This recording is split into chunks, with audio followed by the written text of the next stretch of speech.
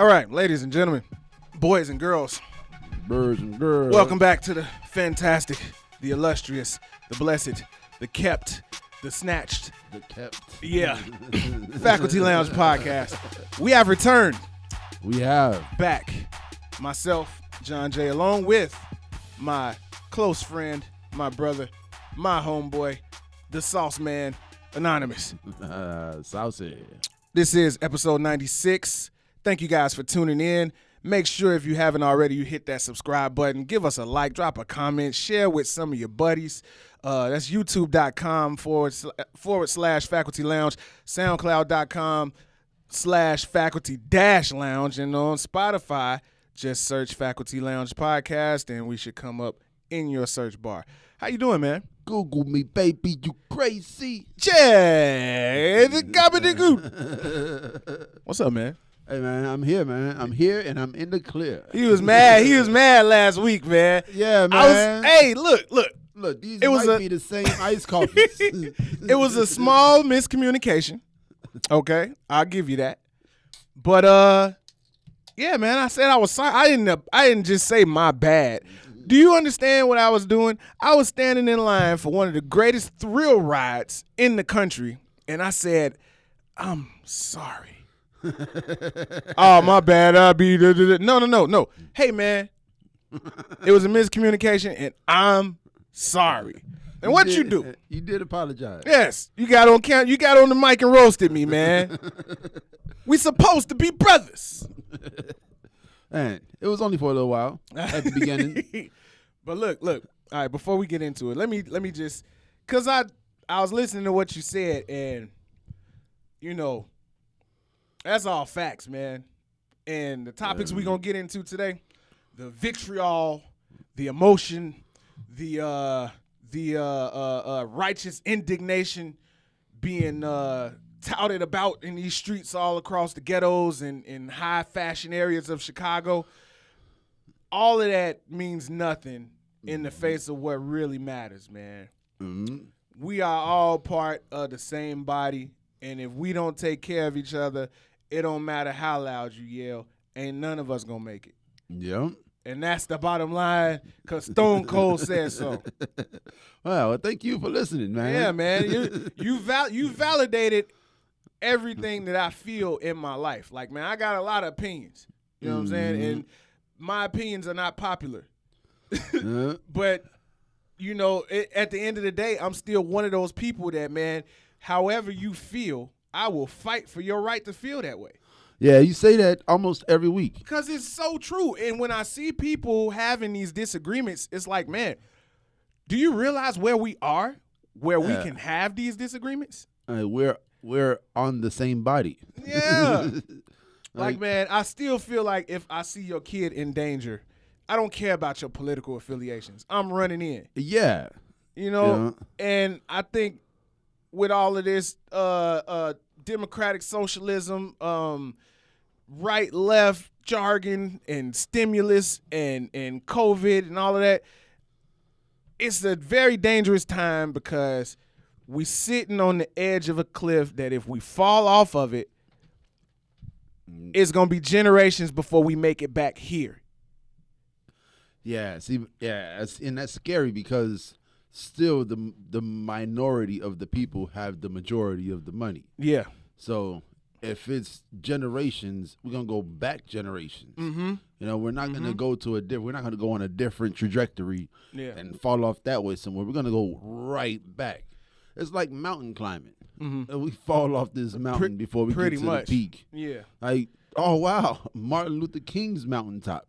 If we fall off this mountain before we get to Martin Luther King's mountaintop, it's going to go right back to where we came from, literally. Yeah. You know, and the kids, man, they so full of passion and fire. You know, we old now, so all we do is sit back and talk on the mic.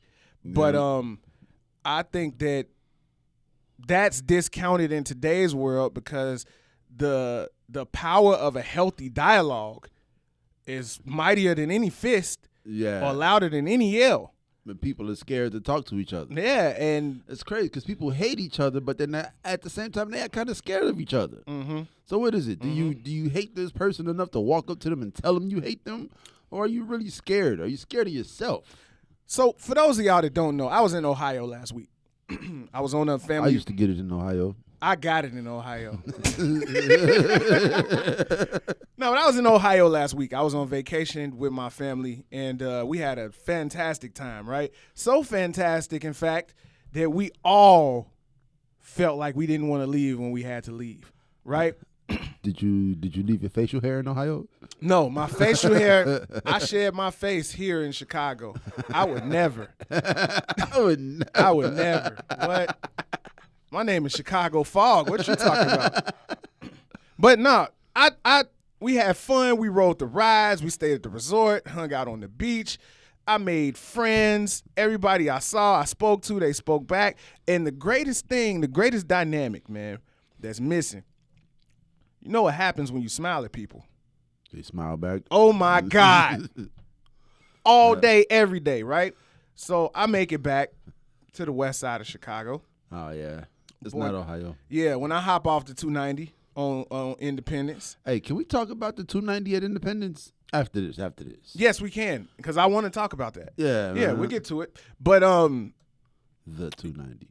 Yeah, I'm coming down, and it's like you said, when you turn the music down, ride around, and just look out your window, it looked like everybody walking is explaining themselves, arguing about something, right? Yeah. So, all right, I'm like, okay, maybe it's just the jitters of me just getting back. Yeah, because outside of Chicago is beautiful. Yeah. Yeah. So I take the philosophy that I've always had, man. Community. Speak to everybody because I want you to know I see you and I want you to see me. So if something happens, we know where each other is located and we can come together if we need to, right? Mm-hmm. It don't work that way. And it's like the eternal chip is weighing down on the shoulder of the people of the ghetto, man. And it's scary. I mean, but it's kind of always been like that, though. I don't know. I really think that because you have to think about the generational change when it comes to mamas. Like, ain't no more big mama. There's still big mamas out there. I don't know. They all CNAs. Man, big mama the young big mamas. I'm talking about big mama that don't go nowhere with them big old sick legs that cook every day, yeah. 4-5 times a day. We ain't got that, and we losing mama. We losing regular mama. Yeah, and mama's still having fun. Yeah. So if she ain't never coming home, that's bad. And I'm coming back out west, and I'm looking around, and I'm like, man, this is the land of the boys. Sometimes mama don't come home. Sometimes we end up out there in the streets with mama. Like that one girl that got killed last year. She She got killed with a baby in her arms. Yeah. Like go home. Yeah. I mean, I'm not taking away from her murder, but yeah, we need people in the house. No. So these boys don't be in the street. Yeah, we need our women because the women you can't you got to be careful with it nowadays. You can't say we need the women in the house. No. All I was saying was we need women because like El Hajj Malik Shabazz said, the mother is the first. Well, the Honorable Elijah Muhammad teaches that the mother is the first teacher of the child. Yeah. Right? The mother is the first nurturer of the child. Yeah. So without that first teacher and that first nurturer, you basically have a boy that's going to repeat his second childhood over and over and over. Yeah, man. And it's hard to become an adult on your own. Yeah. Like, I've seen a lot of people try to become adults on their own. Either father's gone, mother's strung out. What you been eating lasagna? What's wrong with you? It's this coffee, man. But daddy gone, mama's strung out, and they out here trying to be adults while they're kids. Yeah. And they don't realize how they're just gonna keep living that same teenage years over and over and over. Yeah. And it's a lack of life education is what I think it is. Like like you said, there's no adults around. It's all boys. Yep. So what boy is gonna tell another boy, hey, let's go out and get matching checking accounts. Let's go out and get passports. Let's go to the bean. If you out there hustling all day and Cluck's bringing you scooters and Yeezys and Fashion Geek t-shirts. Yeah. You not road bikes. You don't have to go anywhere. Mm-hmm. Everything that you need comes to you, And you don't have the education to get out there. Like, you don't have the want to go see the world. And I think another thing that contributes to that, I was talking to the boy. We was riding. And no, I wasn't talking to the boy. I can't remember who I was talking to, but I was having a conversation about that terminology, the land of the boys, right? Mm-hmm. Now, you think about hip-hop culture and what we was raised in. Mm-hmm. You have a group of you have a group of adult males. You can't call them men. Mm-hmm. You have a group of adult males, right? Mm-hmm. They thrive off of the energy of the youth, which is hip-hop, right? So when you get older, you find your niche inside of hip-hop to go to. So, where we find our J. Cole's and Lupe's and the occasional Drakes and Joey Badass or whatever, right? Mm-hmm. There is a subsection of adult males that want to be on the new and stay there. Yeah. So, when they don't look like the kids no more, what do? Shave all their facial hair off and start dressing like the kids. Yeah. So I was in the bank, right? I just like to say I'm dressed like a real dad today. I'm dressed very comfortably. I got Adidas on. So I'm standing in line. This is before the bank opened. I'm standing in line. I got a suit on. I had to handle some business, right? Mm-hmm. So I'm waiting in line for the bank to open. So an adult male walk in, right? Holding his pants by the belt loop. Mm-hmm. I could draws out. Yeah, I could see his draws and thigh. And he got an envelope with $3,000 in it. And man, y'all ain't get y'all 10,000? I don't know what y'all doing. And I'm like, man, this dude is on his 35th childhood. Yeah. Like, man, like Nas say, she on the second childhood. Like, man, look, this dude who y'all just letting him get $10,000 right now. What happened to him? They're not just letting them get $10,000. Let me tell you. So many motherfuckers finna be locked up for that shit. Let me tell you what happened to him, because I didn't tell you this story. No. So, boom, they gave him the $10,000. Mm-hmm. He drew out $8,000. Mm-hmm. They froze the $3,000. Yeah. And they froze his account and said he can't get access to that money until he prove ownership of a business. Yeah. He's not going to be able to do that. So what's going to happen to him is tax penalty, right? And possible fine for fraud. Yeah, man. Right? So who's loaning out this money? It's not the IRS that's loaning it out, right? I think this is the DHS or something is doing this. Wow. But anyway, it's almost like it's by design because they know thirsty motherfuckers going thirst trap. Yeah, like it's a thirst trap for the thirst balls. Yeah. And I'm looking at this adult male, and I'm like, man, I wonder what he told his kids when he got this $10,000. We gonna stay in the house and wear our masks and wash our hands and use hand sanitizer. He told him, man, you see 10 racks, you better go get that. And I was like, man, you just bust down 8 racks and didn't think to go buy a belt. Yeah, man. But if he thought about buying a belt, he probably would have bought a $500 belt. And used it improperly. Yeah, still left it unbuckled. Yeah. But, don't get me wrong, right? We live in a free society, or a so-called free society, where you can dress like you like, right? But I think that the way you project yourself to the world is making a statement about your mentality towards that world. Yeah, definitely. So when I see an adult male with his ass out and his legs out like that, it makes me think of, who else do we see like that? And it's okay. Babies. Oh, yeah. Babies. Yeah. So is it subconsciously that I know my son to run in the room with his dick out. As young boys do. So is it a subconscious desire to return to the womb, so to speak? I just feel like it's so. Because I don't want to just chop it up to, man, these niggas stupid. Because that's not fair. No. That's not fair. No.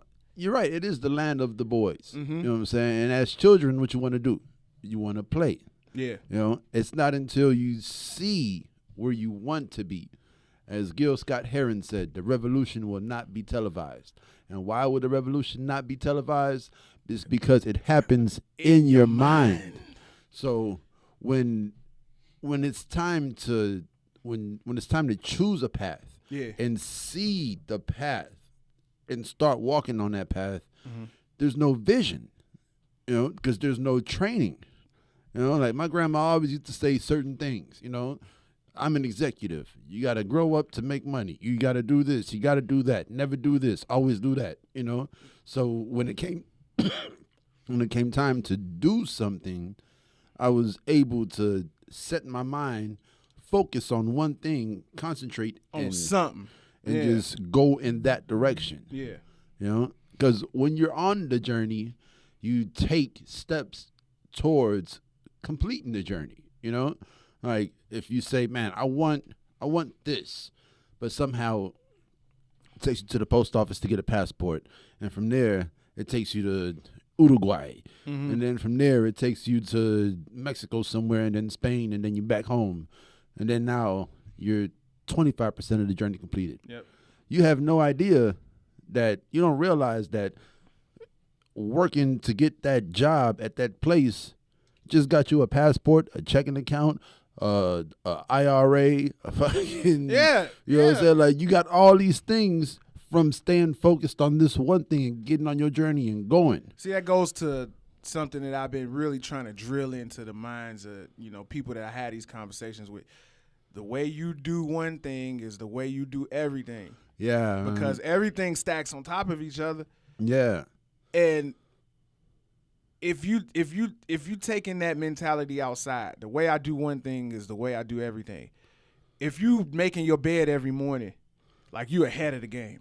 Yeah, they say there's something fundamentally great about making your bed every And that's morning. why they make you make your bed in the military, I think. Yeah. Because it's attention to the small things. No. So the reason why they make you make your bed in the military, Enlighten me. I learned this from my Uncle James Sanders.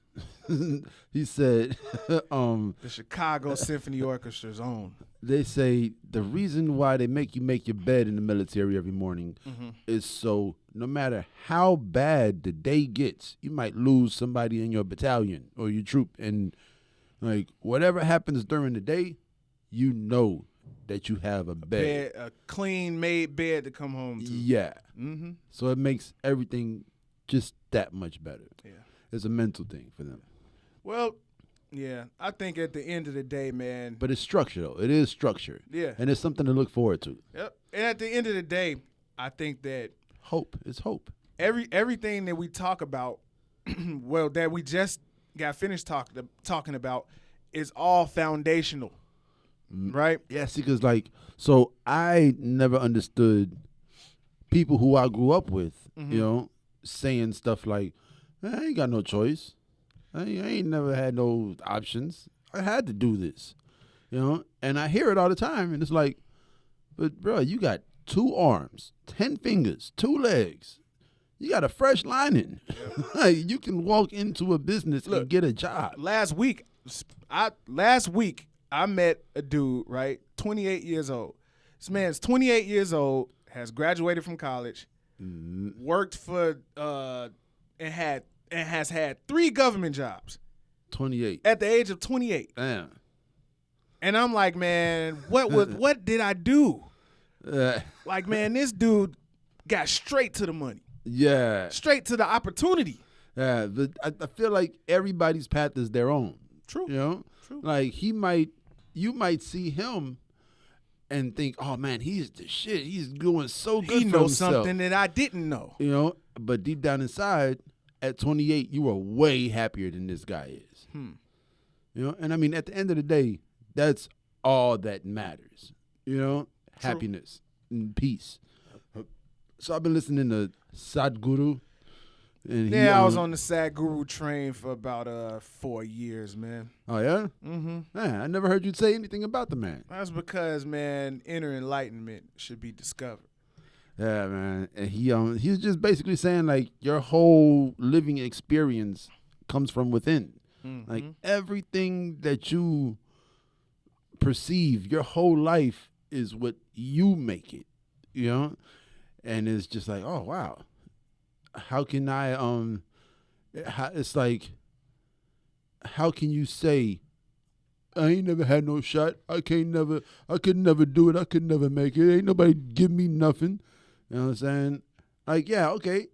I admit you have to be given something, whether it's hope or knowledge or wisdom, or somebody has to give you something, not necessarily money, you know, in order for you to feel like that you can make it, you know. I guess but that also comes from your first teacher, your mother, inside the house, exactly. You know, family inside the house giving you something. Because you know people, just like I know people that were born without, that have made the most of whatever opportunity that came across them. Yeah. Like there wasn't anybody there to give them a shot, so to speak, or whatever. It was just that, man, they made the most of the time in what they seen out in the world. Like I've literally watched people sell things and make $1 or $2 off the sale and just sell all day and night until they had enough money to do what they wanted to do. Yeah. So when I think about, the people that speak that way, I think about the soul of the person, because most of your perceived thought, I think, is based in your emotional soundness, right? Yeah. So when somebody would say something like that and I would hear it, I would think there's a big problem with a feeling of inferiority. All right. Like you said, though, however you do one thing, you're going to do everything. It's true. So if you wake up in the morning constipated, I can't even take a shit right. How the fuck is the rest of your day going to go? You know? Like, if you... That was funny. But it's the truth, though. You know? Yeah. Like, physically, you have to be right. Yep. To be mentally right, to be spiritually right. Everything has to be flowing correctly, you know? But how you do one thing is how you're going to do everything. Yeah. And that's very true. Yeah. You know? Yeah. Because it made me think about when I was doing the push-up thing. The 22 push-ups a day. It's like, man, my whole day was governed around them push-ups. But you also felt better. Yeah. I mean, you always feel good because you work out, though. Yeah. Like, and it feels good. And once you get a taste of doing that and having a certain routine and being regimented, it's like, man, you're gonna fall into places that are more conducive to opportunity. Yeah, man. Like, pause. Right. Pause alert. I've been looking at dudes' arms. You know? It's like dudes a little older than me, you know what I'm saying? It's like you see the ones who could take on a 25-year-old. You know what I'm saying? To choke you out. And they stand a little taller. Forearm. And then you see the motherfuckers that's kind of shaped like me that I need to get at, I need to break out of, look good in these skinny little itty bitty arms with these little forearms. You got big hands though. And it's like, I'm 40. Don't hit me. It's like, come on, bro. Like, how? I just don't want to be there physically at 40. You know what I'm saying? This little wimpy little guy, Yep. And I know that I feel better inside when I work out. I remember when you was riding your bike every day, man. You was killing them. Yeah, like I was healthy and I felt good and I had energy to do stuff. Yeah. I just say, when it comes to all of that stuff, man, the best place to start is in within. You seen my post on Instagram, like, man, it's a lot of wars going on in the street. And instead of fighting the superficial, the things that make an aesthetic difference, let's start within. I think I feel where you're going with this. I'm just saying. Like I said before, it's so much fire and tenacity in the youth. But let's start somewhere where we can have actual continuity of life and mind, body, spirit connection. Yeah. Because that's what's gonna create the real change. Yeah. The stuff that we see in our ghettos, respectively, is a product of a lack of a mind, body, spirit connection. Yeah, it's like the chakras aren't connected. They're not flowing. The energy is not flowing through your chakras properly. Like it's like when I quit smoking. When I quit smoking, it's like the world turned on. Yeah. When I quit smoking marijuana for the short period that I did, I got so focused. You were so sharp. You was very sharp. You know, I was there. Lots of attention to detail. Yeah, man. And I had a lot more energy too. And I was able to I would say, "Oh, I'm gonna do something," and I would get up and go do it. Yep. And then I would get that high, like that accomplishment. Feeling. And that's what we were talking about. That like, man, when you smoke weed, you got all the ideas in the world, right? But when you sober, you got all of the ambition in the world. Yeah. And it's like you got to find that balance. And you know, to the people that are listening right now, man, I just want to say, if you smoke, I'm not talking about weed, but weed, you know, if you're not where you want to be in life. If you smoke crack. Right. If you smoking, period. So I've come to feel like, man, if you smoke, period. I used to smoke cigars. I quit smoking cigars. You quit smoking cigars? Yeah. Didn't you got a post like last month smoking a cigar? Yeah, I stopped. Oh, shit. But, yeah, if you smoke, quit. I got to call you on the phone during the week more often. You won't talk to me. I am inaccessible during the week, man. You know why. They don't know, but you know. Because you wear dirt tees. Yeah, because I wear dirt tees and shave my face. Nah, but yeah, that's my one thing, and I think that's kind of foundational because I see that as the binding factor. And so what can we do? What can you and I do to change the energy in the ghettos? Raise your kids. It's only one kid, though. But you have to think about the dynamic of one child.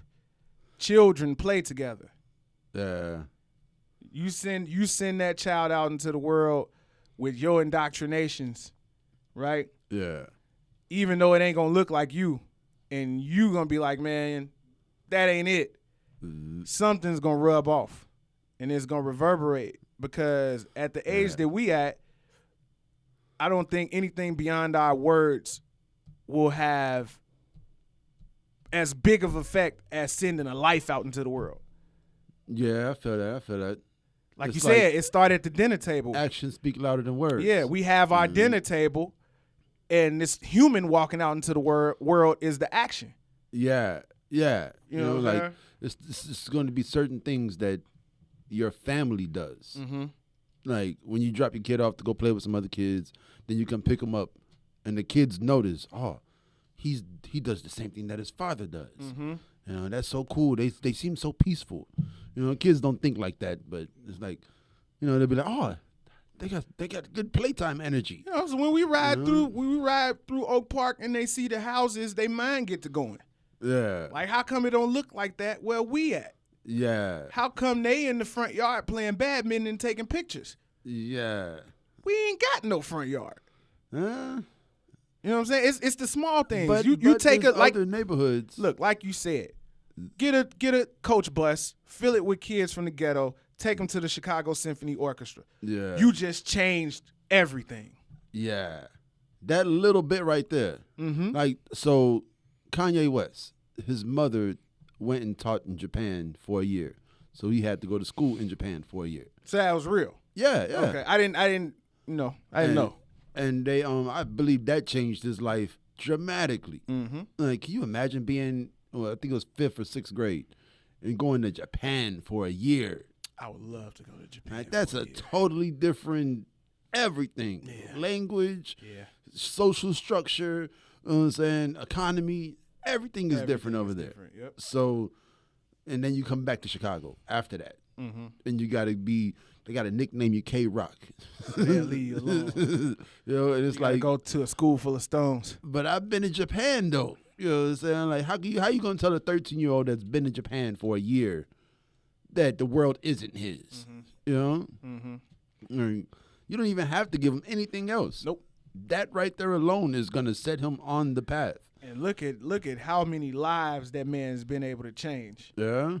You know, so that's what I think the most important thing that people our age can do is give that perspective to somebody that's younger than us so they can take that into their vocabulary. Right, and into the screw-ups that they have. Yeah. And into the situations where they got to make a choice.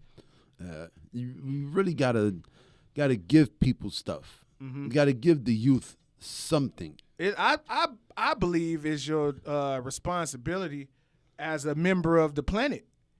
Like, yeah, because it's all fruit from the same tree. Mm-hmm. We're all parts of the same body. Yeah, you know, we can't harm each other on purpose. You know, you have to literally be blind to the fact that you're dealing with another body part on the same body to harm it. Like, you're not going to be able to pinch the skin off your hand. You know, you would have to. You can't bite through your own skin. Yeah, like you have to grab a knife and slice yourself. And even then, you have to be insane to be able to inflict that amount of pain on yourself. Yeah. Well, no, you could cut your arm off. Like, if you got a tree on your leg, you could sit there with a knife and cut it off, but at that point, you trading one pain for another pain. I'm talking about survival. Sitting at the breakfast table and just yeah. You know, but this conversation is like, we can have this conversation, right? And we both saying the exact same thing. But when we get into a conversation about what's really going on in the superficial, then we become met with opposition. Well, I mean, so that's the part of a society that everybody is so confused about. In a society, there's going to be a million things going on at the same time. There has to be a million things going on at the same time for society to work. Like, in order for you to get to work, I got to fix these potholes in the street. I got to, you know what I'm saying, make sure that all the traffic lights are going right. You know what I'm saying? That person over there has to make sure that the gas pumps are working at the gas station so you can get in your car. That bus driver got to get to work. Like, there's always a million things going on, you know? Yeah. And the news is going to give you these headlines, throw these in there, and that's just a little something to talk about. But there's, you know, the rent situation that's going on right now. People ain't worked in 6 months, and they're about to go homeless. And then you got, you know, Black Lives Matter protest. I don't know if it's Black Lives Matter protest or just the youth in revolt, the youth in protest right now. That's what I would like to say, because I can't give one organization all the credit for everything that everybody's doing right now. Especially when it ain't organized. Yeah, it's because there's a lot of opinions and a lot of voices speaking very loudly and very clearly, but they're not together. You know, but that somehow they're being placed under the same umbrella. Yeah, and I feel like it's I really forgot what I was saying, but just all these different things going on in society. Yeah, and it's confusion because everybody's doing such different things all at the same time that we don't all have the time to get together and hash out one topic and then go to the next and hash it out. Go to the next and hash it out. No, I think we need a song. There's been a lot of songs. But, you know, the songs that were the songs are still the songs. We Are the World. No, What's Going On. All right. Yeah, like You Dropped the Bomb on Me, like a song. Yeah. Like, I think a song, because music is a universal language. Just like you were saying, it was outside Uncle Lorry's house. Yeah. You know. Singing Finito. Yeah. But instead of Finito, what if we had a What's Going On? Yeah, 2020 What's Going On? Yeah.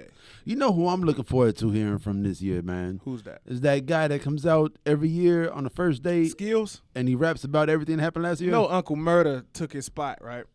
I don't care who do it. I just know that you want to hear Skills version. 2020 got to be a mixtape. Like, yeah, it's not one song. Yeah, 2020 is not going to be one song. That song going to be 45 minutes. Yeah, 45 minutes to June. Or it's either going to be 45 minutes or 2 seconds. Everybody died. Boom. Yeah. All right, so can we talk about something fun?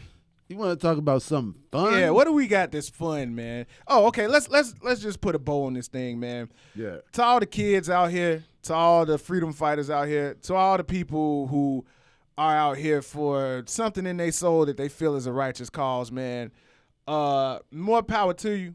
But in the words of Dr. King, injustice anywhere is a threat to justice everywhere. Mm-hmm. And pray for Hong Kong. If you see something, say something. But we got to figure out who to say it to. Mm-hmm.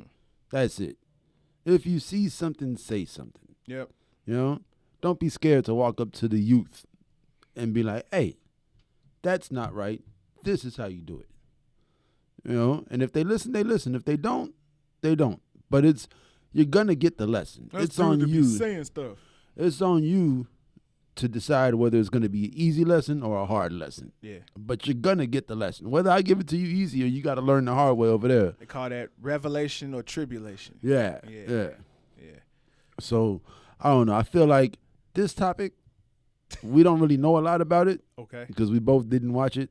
Oh. But these are two guys who came from the land of the boy. Yeah. Like, you figure Earl Simmons on the street before he became DMX. Yeah. Lived a horrible life. Yeah. You know what I'm saying? Feel the pain. Feel the joy of a man who was never a boy, for real. Yeah. You know what I'm saying? And then you got Snoop, who got on some Crip and shit, you know what I'm saying, with a murder case. And you know what I'm saying? Like, we saw Snoop become a man. Like, that's the potential that kids in the ghettos have.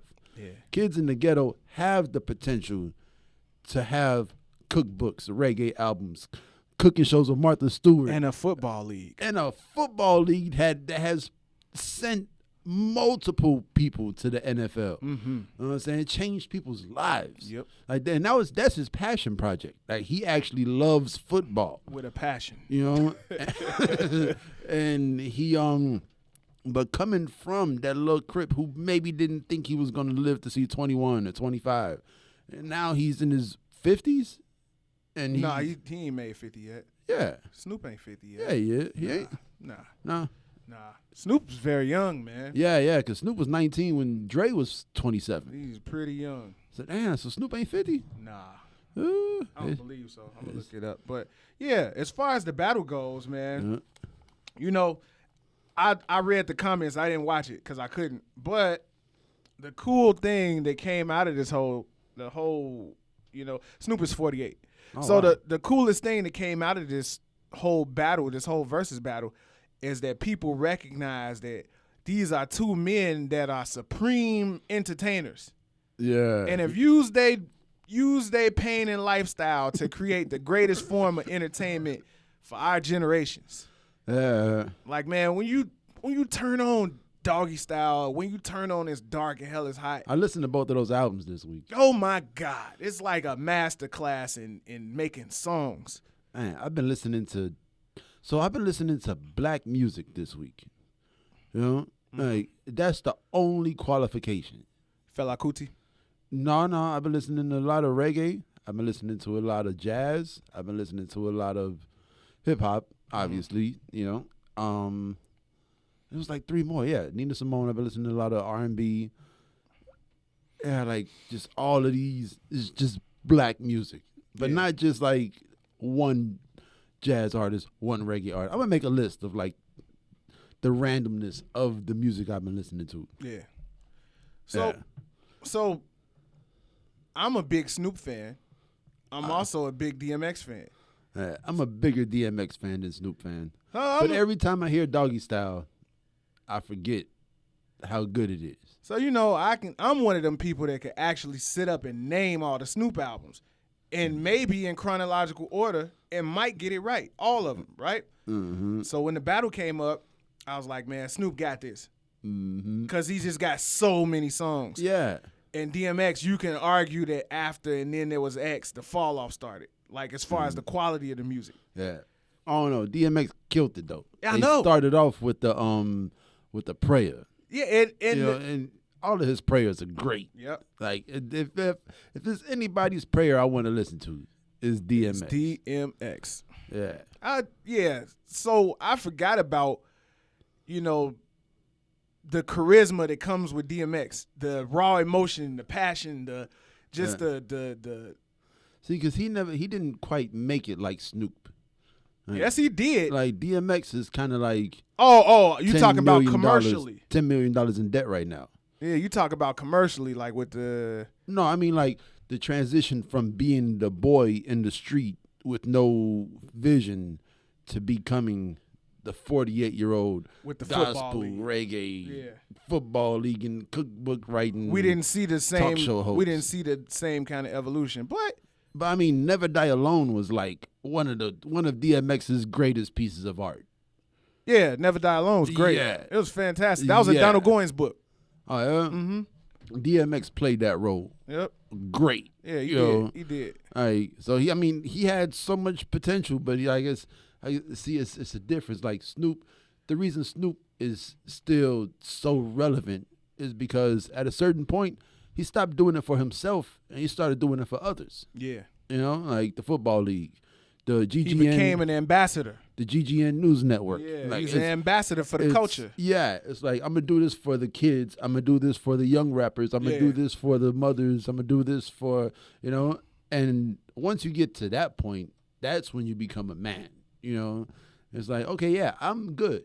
I'm set. Everything I need is going to come my way because I need it, and it's going to come, But I'm doing this for them because they need me. I'm doing this for them because they need me.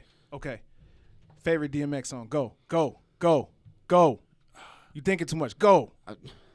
I'm not good at that. Favorite Snoop Dogg song? Go.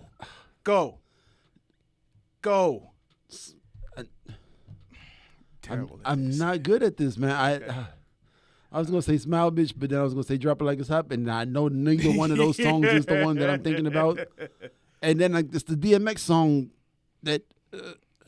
So for me, my DMX song would have to be the first DMX song I heard, which was Stop Being Greedy. It was when CDs used to come with singles from other artists. Yeah. So like if you bought Redman album, it'll come with a DMX single. Yeah. Yeah. So it was a Stop Being Greedy, and from Snoop it had to be What's My Name. All right. Snoop Dogg. I feel like his best song isn't on his first album though. Like Snoop, he. Oh no, yeah, that's just where my favorite is at. Yeah. I mean, Snoop, it's so much. Snoop got so much work.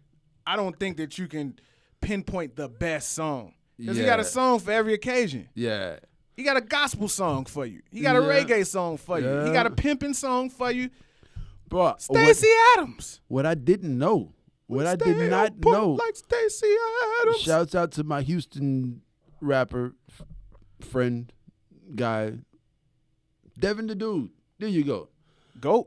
I seen Devin the Dude post something on Instagram that blew my mind. Okay.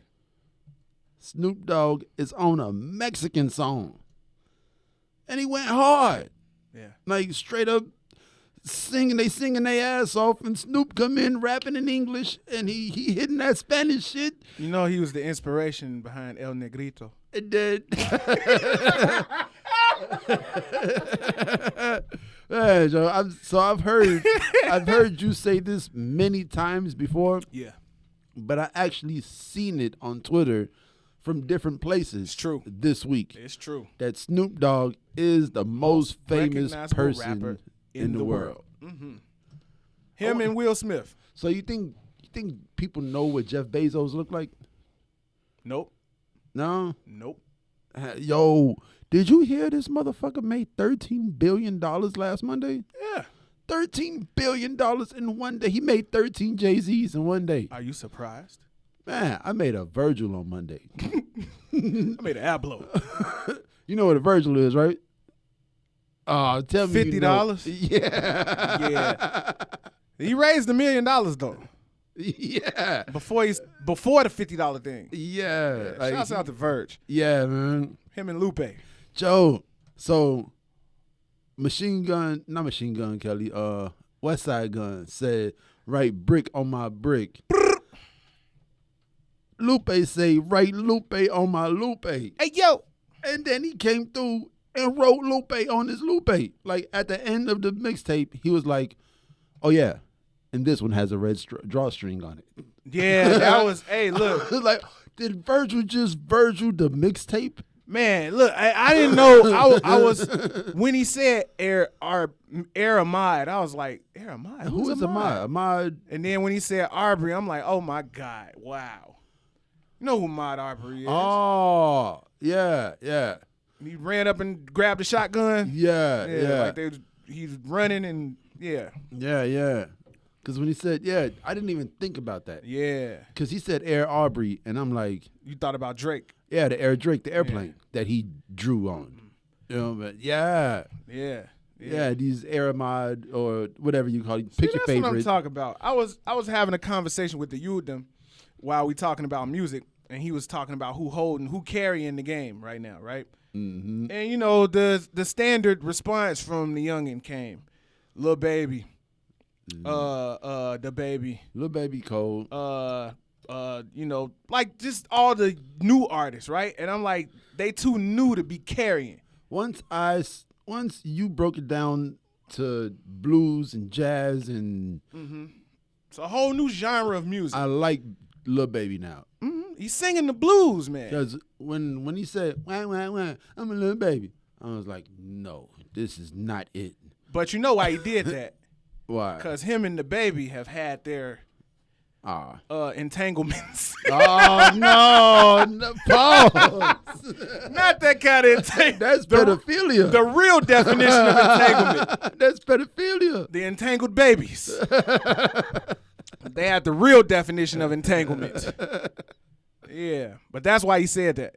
But yeah, it's a whole new genre of music. But I was like, okay, I feel you because in the next few years, once the big dogs retire, somebody gonna have to step up. But anytime we talk about who carrying, the rappers always rap. Yeah. That's always gonna be it.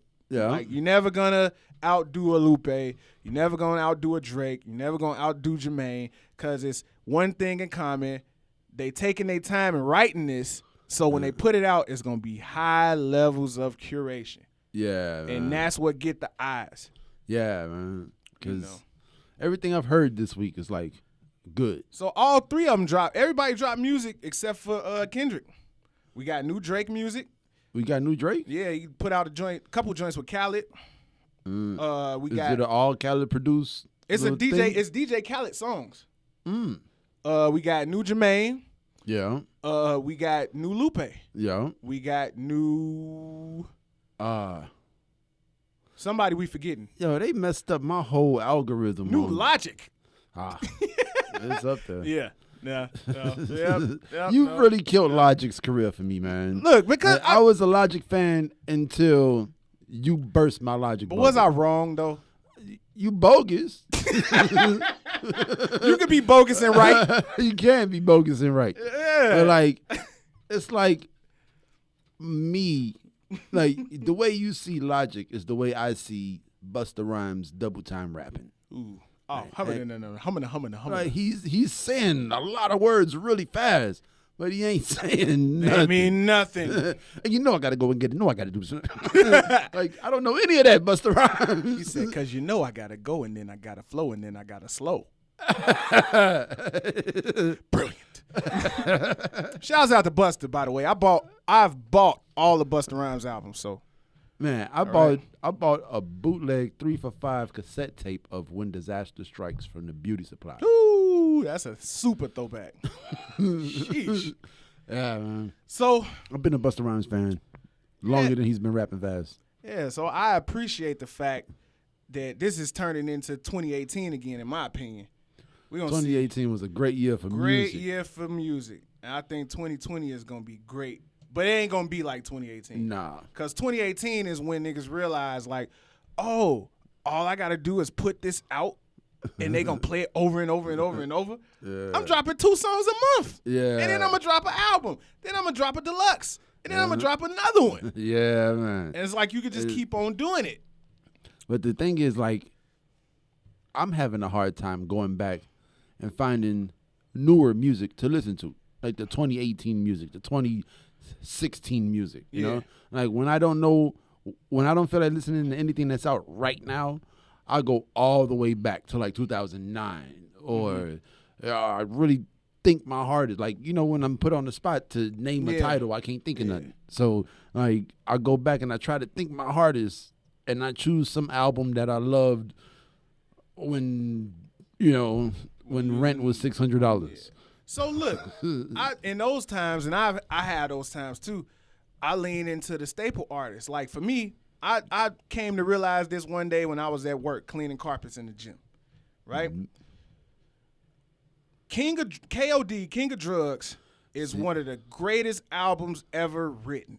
See, I was gonna today, I was sitting in the White Castle parking lot doing the food delivery service. Yeah. And I hesitated. I listened to Lewis Street, and then I was like, "Ooh, I'm gonna put on 2014 Forest Hill Drive," and I hesitated, and I didn't. And then I ended up listening to some old school reggae. Why? Just I don't know. I don't know.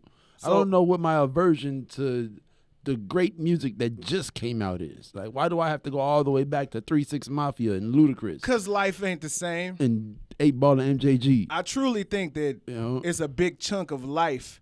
Like the 3 months that we all missed, we can't get that back. And by that chunk being missing, it took something from all of us. I truly believe that. See, I didn't miss nothing. No. I went to work every day. See, but you thinking when I say we, I'm just talking about singular you. You mean like from the human experience? Yeah, we all come from the same on tree. Earth. Yeah. So it's like, man, they could put out a super banger could come out now. It's not gonna feel the same now as if it would have came out last July. Yeah. Because last July, it was a way happier place. Yeah, like how we was going crazy. We went ape shit about the Cameron album that came out last year. Yeah, exactly. And I don't think anybody could do that this year. Nope. I feel what you're saying, how the energy of the globe is different. The only person that can get that kind of reaction this year is Kendrick Lamar, in my opinion. Yeah, because people love Kendrick Lamar, man. Yeah. I mean, but the West Coast is solid. The West Coast is going to stick to the West Coast. And beyond that, it's like when we talk about rappers, we talk about songwriters, we talk about producers. Kendrick Lamar is one of those, TDE is one of those labels where everything is going to have that high curation and it's going to be great songs. Not a collection of songs, but a great body of work. And you get that every time from Kendrick, and I think that's what people like. Bruh, speaking of TDE, I thought about TDE. I was listening to damn entertaining. I was listening to goddamn the Mac Miller album. Yeah. And it is sprinkled. Like TDE did they thing for him. Yeah. You know? Like him and Schoolboy was like real, like actual friends. Actual homies. Yeah. This man had to hide his tears on camera. And then he had an Absol feature on there. He had other people on there with him. Yeah. You have Logic on there. Let me stop messing with I don't Logic, think Logic was on there. I'm gonna stop doing that. But can you imagine if TDE would have picked up Mac Miller as their white boy? I think Mac needed a space all his own. Yeah. I don't think that would have worked. It was kind of like Wale being on MMG. No, I think it would have been like his own space. I think it would have been like Eminem on Aftermath.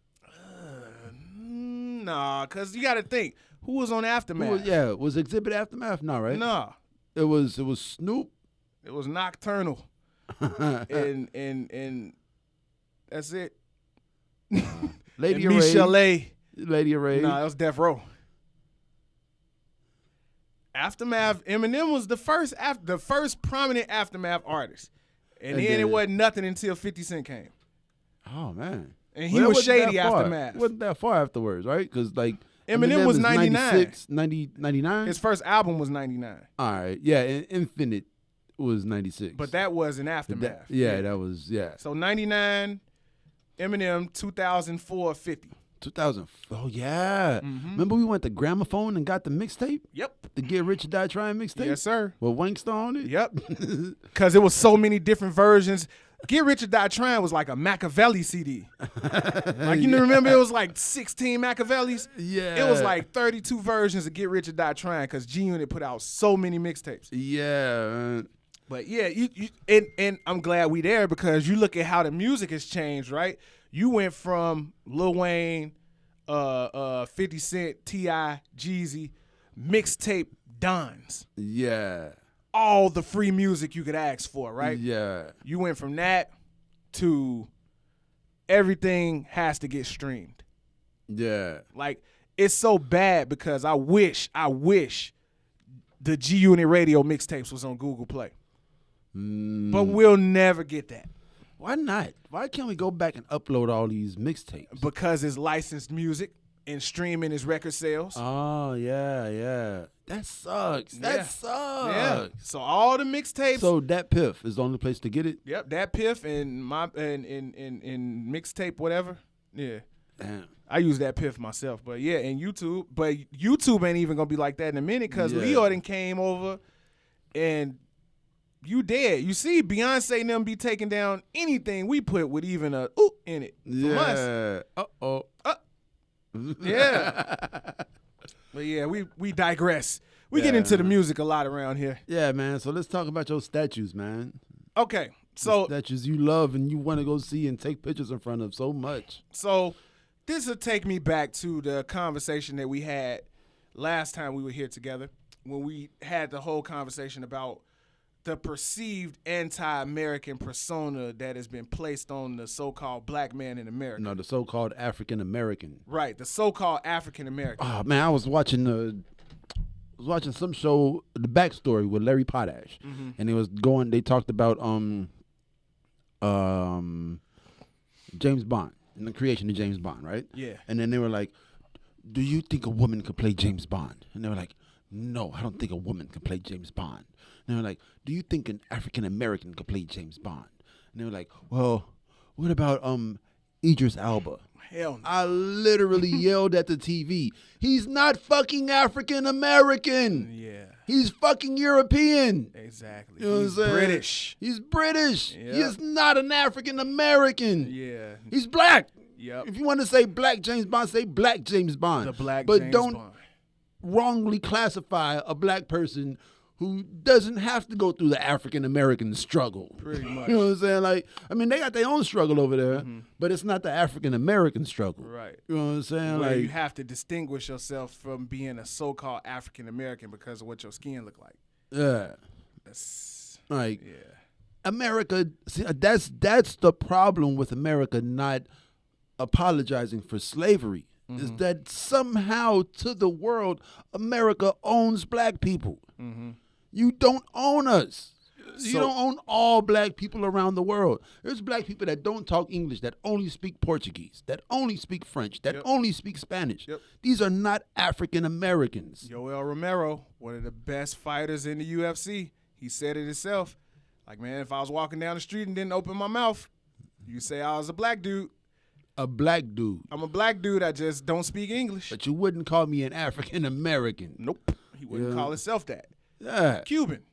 Yeah. He's a black guy. Yeah, he's just a black guy from Cuba. Yep. Anywho, I posted on Twitter that this is not a race war. This is a semantics debate. Everything that's going on now is because everybody doesn't have a dictionary in their hands. Are you anti-semantic? Anti-semantic. I am anti-semantic. Semantic. Semantic. S-E-M-A-N-T-I-C. Semantic. Yeah, fuck that little shit. No. Big shit popping and little shit stopping. So, I think a big problem and a lot of the stress and trauma that's going on now is simply based on people's confusion about what the words they use actually mean. Yeah. Right? I can see that. So if we cracked open a dictionary right now, I don't even want to talk about Black Lives Matter as an ideal or an organization. All right. But let's crack open a dictionary write the definition of the word black, write the definition of the word life, and write the definition of the word matter. Yeah. And if everybody knew the definitions of these words, I think when you put those words together, there might be a little different jogging in the mind. It might. That's just my theory. Have we done this? Have you done this? I have not. I have not. But it's only a theory. I'm thinking about how often we contextualize the wrong way because we don't know the definition of words, like African American. Yeah. You write out the definition of African. You write out the definition of American. How does that make me? Yeah. It does not. That's why I was gonna, I was saying something. I was saying something to myself last night that I was trying to come to the show with today about. It's not a black and white issue. It's an African European issue. You know, like that sounds so much classier. It's a black and white thing in Chicago. It's a black and white thing in Portland. No, it's an African and European thing. You know, and that makes it seem like, it's so much less hostile when it's African versus European than black versus white. You know, and I feel like that's what we should really just do it. Everybody should go home. If everybody wants everybody else to take their ass back to where they came from, then yeah, let's stop using words like white or black and start using words like, I don't know, Washington football team. Precisely. You see what I mean when I talk about the semantics of things? Like that's exactly what it is. It's So like it's like a can with a white label and a pig on it that says pork. Okay, so look, the statue thing. I can keep this real short and real simple. There's a book called Mein Kampf, right? There's a book called The Turner Diaries, right? You know what these two books are. I have no idea. Okay, so Mein Kampf was a manifesto written by Adolf Hitler, right? The Turner Diaries was a book written, I forget the author. Let me find it right now. But the Turner Diaries was about a race war, right? So these two books, if I told certain people about these books, it's inherently bad, right? It promotes historical hatred, so to speak, or some sort of William Luther Pierce wrote this book, and it was originally published in 1978. So these books promote an idea that is contrary to the world that we're supposed to be living in, right? The world of peace, the world of understanding, the world of democracy, so to speak, right? What the you them are supposedly fighting for now. Yeah. Right? So I think about the statues and I think about these books and I think about Fahrenheit 451. Right?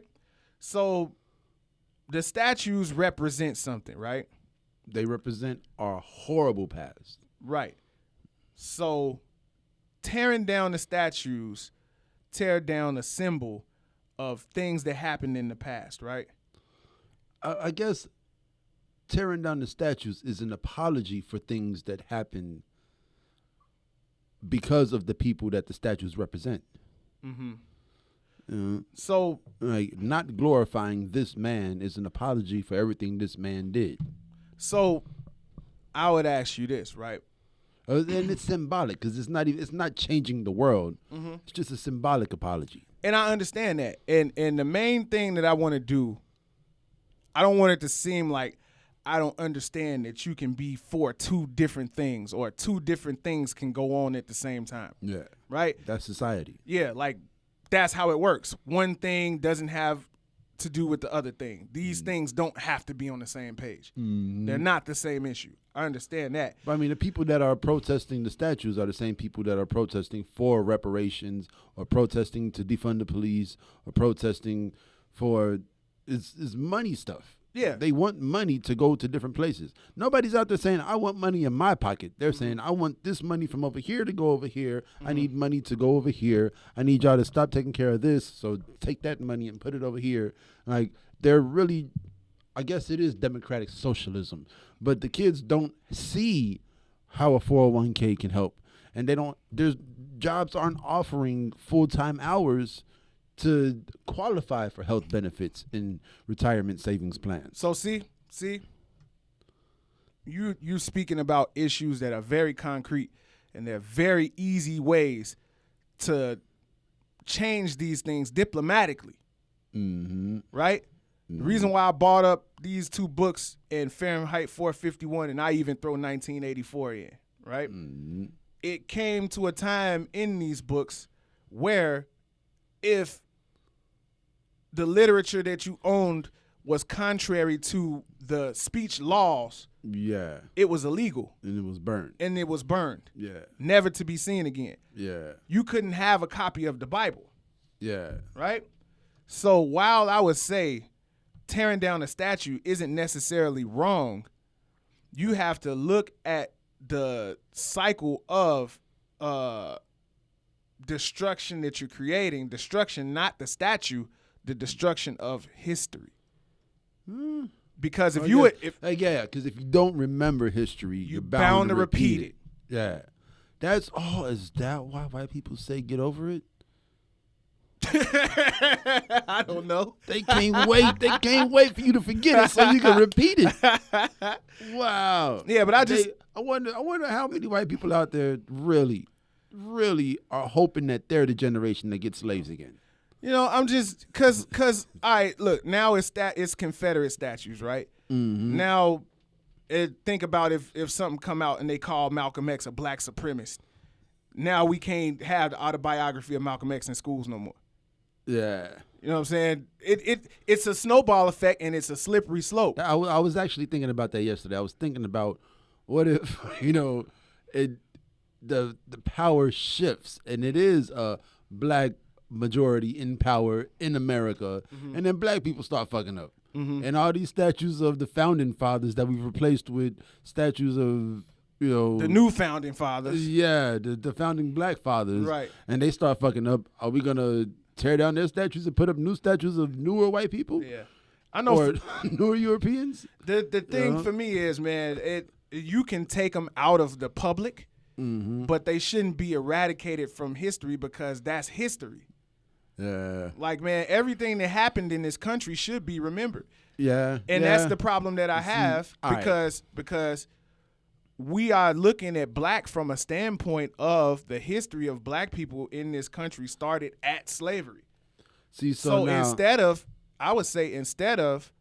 trying to erase the genocide and erase the slavery and erase the people that perpetrated the atrocities,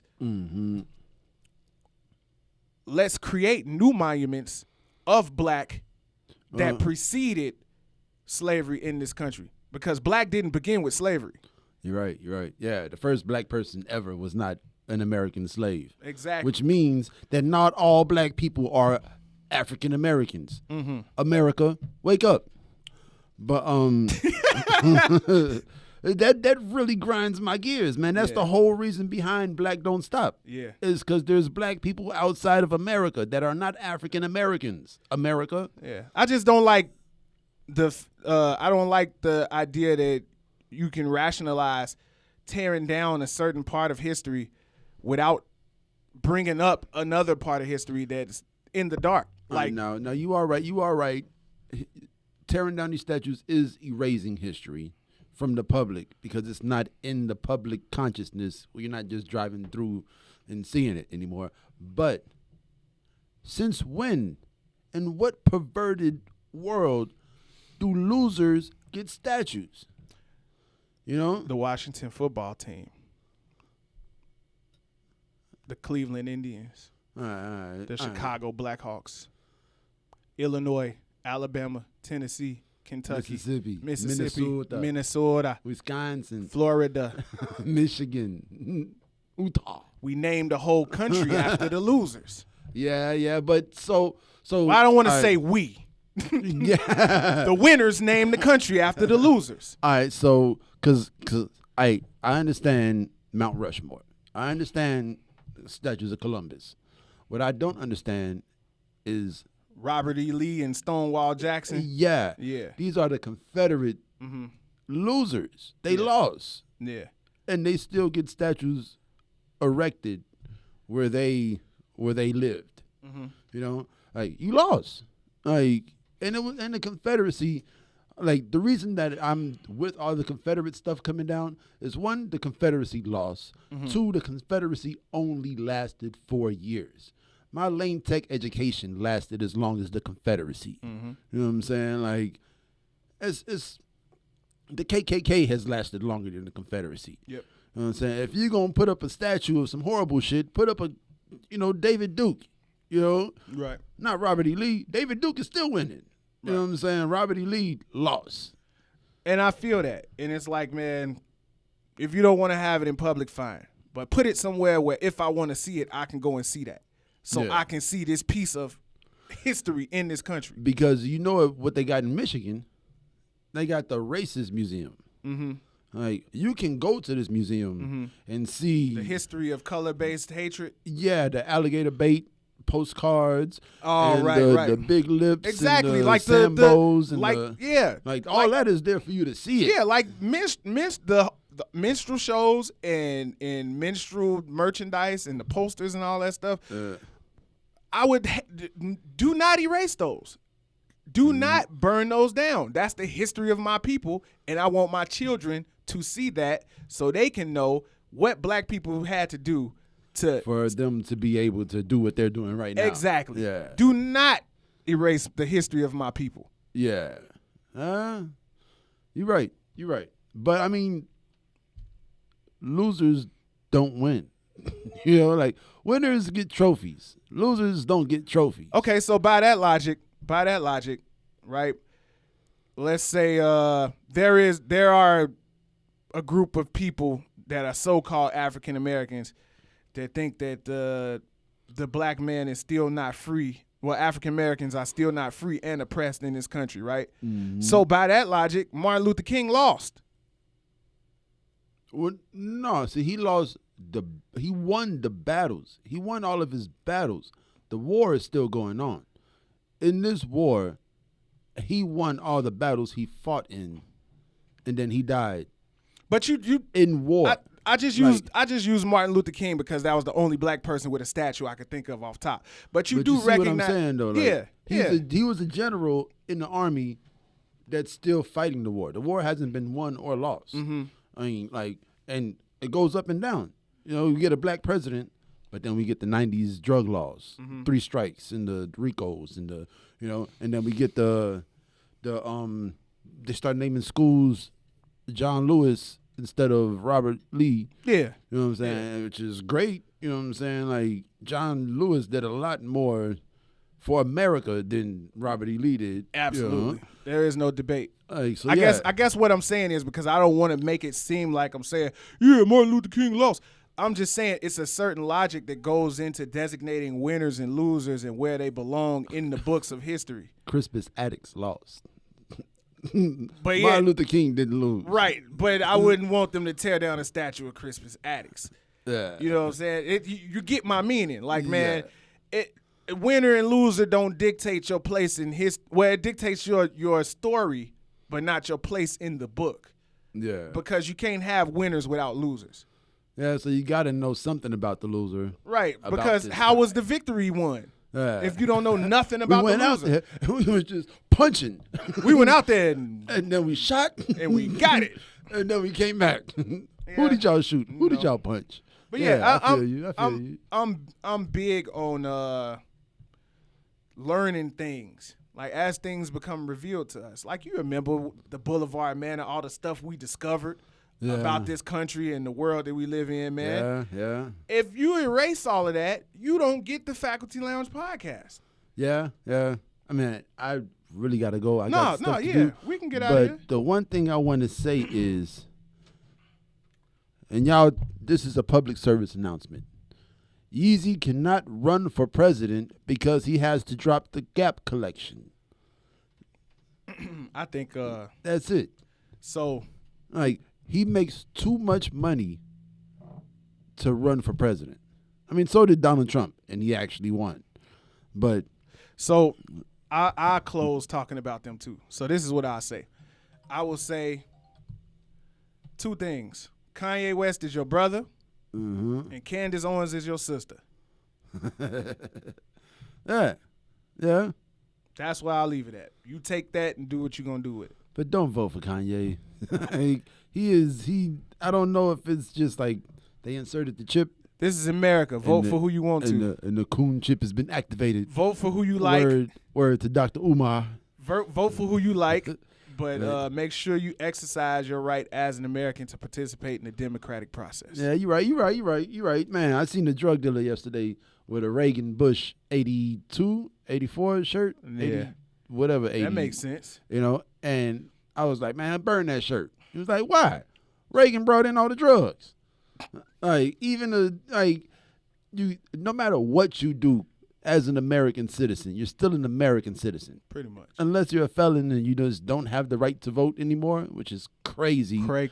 But yeah, man, you should definitely have political discussions with people around you and your peers. And if they don't know how to have a political discussion with you, kick it off with them. Don't have it at work. Yeah. You don't want to lose your job. So we're going to get up out of here, man. Make sure y'all are following us on all social media at The Faculty Lounge. That's D-A. Whoa. First time ever. At The Faculty Lounge. That's D-A Faculty Lounge on all social media. I am at Chicago Fog. At Anonymous, ENONOMOS. Sauce Man. Oh, man. And make sure y'all check out WLC Clothing, man, for all of your black clothing needs. Black-owned businesses, black entrepreneurs. Black entrepreneurs. Black girl magic. I shaved my face with a bevel blade. We stay in black-owned. All right. Yes, sir. And I got some Andes shavers. So, yeah. Andes are black-owned? I don't know, but it's black approved. But make sure y'all tune in on YouTube. That's www.youtube.com/Faculty Lounge, SoundCloud.com/Faculty-Lounge, Spotify. You can search Faculty Lounge and the podcast should pop up in your search bar. Thank you guys for listening. Make sure you share with somebody, subscribe, like, comment, all that good stuff. What time is it? Time to get back to the students. Thanks for watching and listening. Double salute. Peace.